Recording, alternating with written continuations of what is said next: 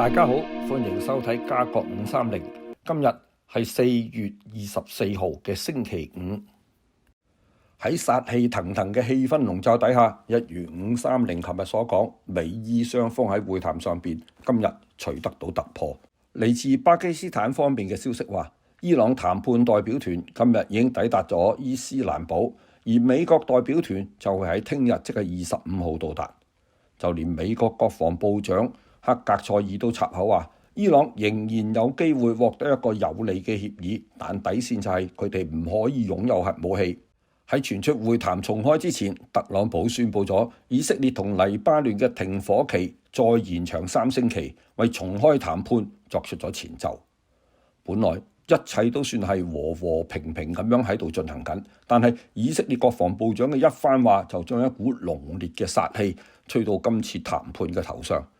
以色列國防部長話，只要美國同意，以色列就會隨時恢復轟炸伊朗，並且會去暗殺佢哋等緊鋸腳換義肢嘅最高領導人穆傑塔巴哈梅內伊。而美國嘅航空母艦布殊號戰鬥群亦都正係駛向中東接替福特號。喺交接期間，美國嘅3個航空母艦戰鬥群都會聚集喺中東，船堅炮利底下，殺氣就更加濃烈。而面對呢種殺氣，伊朗方面亦都準備咗7個反擊戰略方案，尤其是係喺針對暗殺行動上邊。綜合美伊雙方發布嘅消息，會談嘅3大問題應該已經解決咗2個，剩翻落嚟就只有霍爾木茲海峽嘅控制權。由充滿火藥味嘅中東，我哋而家翻嚟加拿大。加拿大聯邦政府鑑於喺難民醫療費用上嘅支出龐大，所以由下個月開始，難民睇病要俾翻部分嘅醫療費。多倫多市長鄒至蕙又同省長福特有拗撬，今次大家嘈嘅唔係為咗單車徑，而係為咗飛機場。我哋今日會先報咗本地新聞，然後先再講中東嘅情況。shopping 邊個唔開心，仲好容易買到忘晒形添。不過就要小心被扒手有機可乘，尤其係去 Toronto Premium Outlets 買嘢就要更加打醒12分精神，因為呢個購物中心已經成為有組織扒手集團嘅目標。佢哋犯案手法快速，分工明確，唔少人俾人打咗荷包，或者係俾人偷咗手機，都仍然懵盛盛。河頓區警方表示，Toronto Premium Outlets 購物中心今年以嚟已經接獲45宗盜竊案，多數案件都係涉及多人配合嘅分散注意力式盜竊。自2025年11月以嚟，已經有超過70部手機被偷。佢哋通常有2個人或以上一齊犯案，專門鎖定正在使用手機或者係分心購物嘅顧客。佢哋會通過製造干擾，例如假裝喺度挑選商品，遮住對方嘅視線，同黨就乘機同受害人有近距離嘅接觸，喺極短嘅時間裏面將手機或者係荷包從衫袋或者係手袋裏面攞走。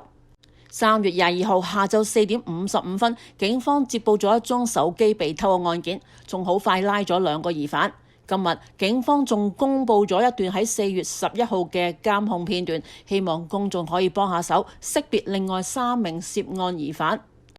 畫面顯示有3個人行入去商店之後就尾隨2個女顧客，當其中一個受害人好專注喺度揀衫嘅時候，一個男人就拎起一條運動褲行到喺受害人嘅身後面，從佢外套嘅衫袋裏面偷走手機。同時，另外一個男人就用衣架上面嘅衣服遮擋受害人嘅視線。2個男人得手之後，就將衫放返喺貨架上，迅速離開現場。當時另外一個女人就疑似喺旁邊充當把風。警方就提醒公眾喺商場等人流密集嘅場所要提高警覺。過去10年，加拿大透過臨時聯邦醫療計劃，為被拒絕嘅難民申請人提供醫療服務，累計支出已經超過2億7500萬。為咗彌補呢個咁大嘅支出，聯邦政府已經決定調整呢個項目。根據最新嘅政策，由今年5月1號起，將會引入共付機制，受益人需要為處方藥支付每次4蚊嘅費用，同時對補充醫療，例如牙科同視力護理以及其他相關服務，要承擔30% 嘅費用。政府希望咁樣可以控制開支，並且減少不必要嘅醫療使用。自2016年開始實施嘅臨時聯邦醫療計劃，原本係為難民申請人喺等待審批期間提供基本醫療嘅保障，直到佢哋得到省嘅醫療保險，又或者係佢哋嘅申請被拒。但係呢項計劃喺過去10年嘅開支就顯著增長。2016至2017年用於最終被拒嘅難民申請人嘅醫療費用係1130萬。到咗2024至2025年，相關支出已經升至去到5337萬，增幅高達427%。同支出同步上升嘅係被拒絕嘅難民申請人數。2016至到2017年度有4375宗申請被拒，之後幾年亦都持續增長。到咗2018至到2019年已經超過1萬宗，並喺最近嘅一個財政年度達到19771宗，比10年之前增長咗352%。不過相關數據並未顯示呢啲被拒嘅申請人之中有幾多人已經接到遣返令，因為現有系統並未追蹤呢一方面嘅信息。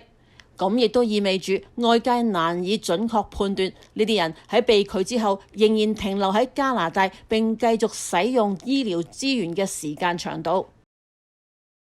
安省省長福特同多倫多市長周志偉又有拗撬，今次兩個人拗嘅唔係單車徑咁小兒科，而係大好多嘅飛機場。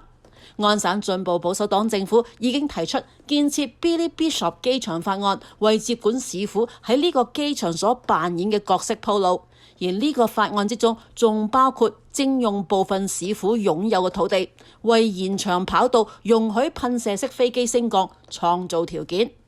其中一塊被考慮徵用嘅土地係通往機場通道旁邊嘅 Little Norway 公園1/3嘅面積。省府嘅做法就激嬲周志偉，話佢咁樣做即係等於去搶。周志偉今日仲特別喺公園嗰度舉行記者會，公開呼籲市民企出嚟反對省府嘅湖濱機場擴建計劃。周志偉有警告，擴建機場唔單止涉及公園，仲可能影響附近嘅學校、社區中心同托兒設施。佢批評省府咁做係剷除一個完整嘅社區。佢話公園係屬於公眾，唔應該喺冇充分協商嘅情況之下被徵用或者係改變用途。多倫多市議會已經通過多項動議反對機場擴建計劃，包括考慮採取法律行動，通知受影響居民，並要求省府向500米之內受影響嘅居民道歉，以及提供搬遷補償。同時又呼籲聯邦政府介入。但安省交通廳長薩卡利亞就表示唔會徵用住宅，並強調呢一個法案係釋放機場嘅潛力、推動長期現代化嘅關鍵一步。政府計劃擴大機場容量，令到每年嘅客流量由而家嘅200萬人翻倍增長。跟住落嚟為大家報道幾則新聞簡訊。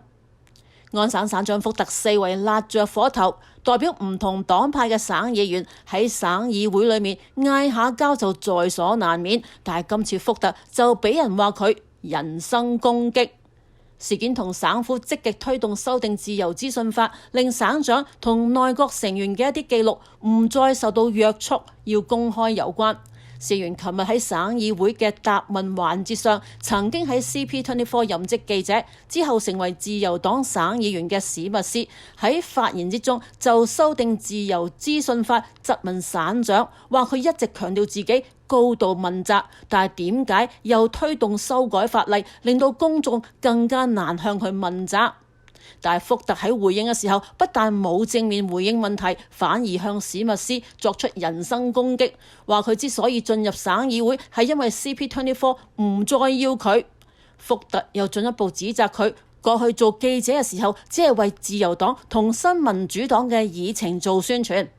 福特嘅言論就引起反對黨強烈不滿，連省議長斯凱利都提醒各人要注意言辭，唔好人身攻擊。之後，自由黨同綠黨都公開要求福特道歉，但係福特就冇道歉，反而反擊就話：如果你要攻擊其他人，就預咗被人反擊。安省多間醫院近期陸續宣布削減職位，反映出整個醫療系統正面臨越嚟越嚴峻嘅財政壓力。雖然省府今年向醫院系統追加咗11億元撥款，但係業內人士普遍認為咁都未夠。代表全省醫院嘅安省醫院協會指出，目前全省超過70%嘅醫院預計將會出現財政赤字，一啲醫院甚至不得不動用儲備資金嚟到維持日常營運，而醫院實際所需嘅金額超過政府撥款嘅2倍以上。要進行最新一輪裁員嘅有渥太華醫院同 London Health Science Centre。院方為應對財務挑戰，已經採取一系列嘅節流措施，包括鼓勵員工提前退休、暫時唔請人，同埋調整員工嘅福利計劃等等。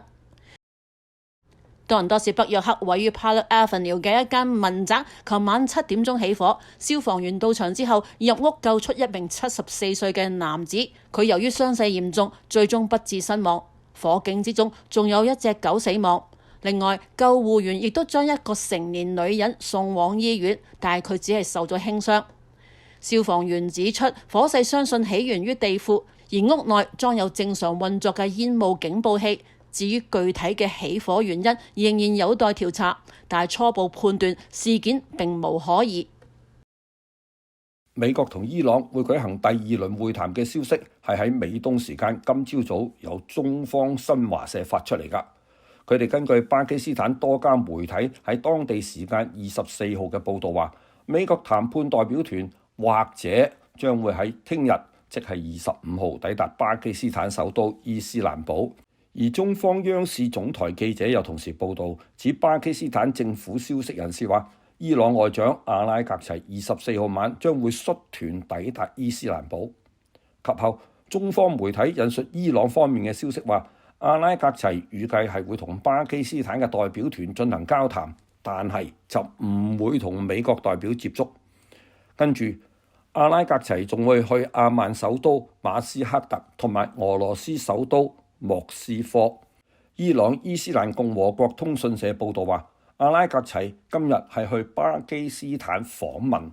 重點係就當前地區局勢同埋美國同以色列對伊朗發動嘅戰爭嘅最新情況進行雙邊磋商同埋討論。報導話，目前冇跡象顯明呢一個係第2輪會談，截至目前為止，只有巴基斯坦同埋伊朗確認咗雙方嘅會晤。巴基斯坦方面就預計當日嘅會談係會促成美國同伊朗之間嘅第2輪對話。目前美國同埋伊朗方面都未就此發表任何公開嘅評論。而喺談判恢復嘅消息傳出之前，美國總統特朗普喺23號嘅社交媒體發文就話，以色列同黎巴嫩嘅停火將會延長3個星期。特朗普話，佢當日同美國副總統曼斯、國務卿魯比奧、美國駐以色列大使曼克卡比同埋美國駐黎巴嫩大使米歇爾伊薩喺白宮橢圓形辦公室會見咗以色列同埋黎巴嫩嘅駐美大使。佢話會見進行得非常順利，美國會同黎巴嫩合作，協助佢哋抵禦黎巴嫩嘅真主黨。一開始會談嘅時候，伊朗已經講咗，以色列停止空襲黎巴嫩係會談嘅主要條件之一。而家宣布停火延期3個禮拜，當然係對重開會談係有利㗎啦。美國有線新聞網今日報道話，美國總統特朗普將會派遣總統特使威斯科夫同埋佢個女婿庫扎納去巴基斯坦，聽日就同伊朗外長阿拉格齊進行新一輪嘅談判。而中國央視新聞就報道，美國國防部長克格塞斯今日話，伊朗仍然有機會達成一項有利嘅協議，但係底線終歸係底線，伊朗係唔可以擁有核武器。較早嘅時候，伊朗方面表示佢哋係唔會交出濃縮鈾，但係可以稀釋。如果濃縮鈾稀釋到製造唔到核武器，咁即係話核武器嘅問題解決咗，剩翻落嚟嘅就係霍爾木茲海峽啦。喺同美軍參謀長聯席會議主席海恩喺五角大廈舉行嘅新聞發佈會上邊，克格塞斯話：到而家為止，已經有34艘船隻喺霍爾木茲海峽被勒令折返。如果封鎖行動有必要嘅話，係會繼續落去㗎。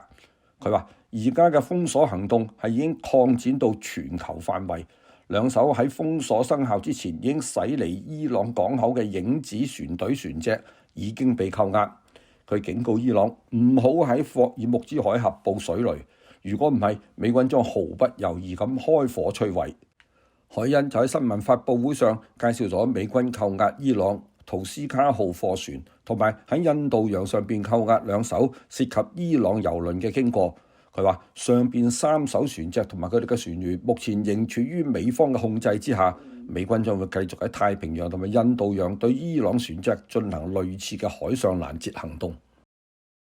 530話喺重開談判嘅時候出現殺氣騰騰，呢一股殺氣主要係嚟自以色列國防部長卡茨。以色列第12頻道電視台報導話，卡茨琴日喺以軍總部主持咗一次特別形勢評估會議，會後佢話